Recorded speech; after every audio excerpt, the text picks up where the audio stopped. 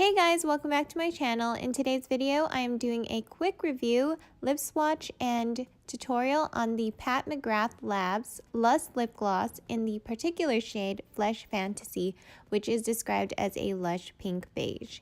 Now online, it does have a pinkier look to it, but in person, as you can see, it does have a more brown tone, especially on my medium to tan Asian skin tone. So here I'm swatching it. There are 15 different shades.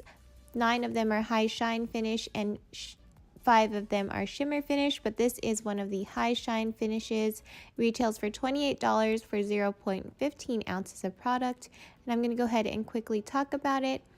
This is an ultra light sensorial gloss which cloaks lips in a never sticky gel formula, which is very true. It glides on flawlessly, soothing and smoothing while creating the look of amplified volume with a brilliant three-dimensional luster.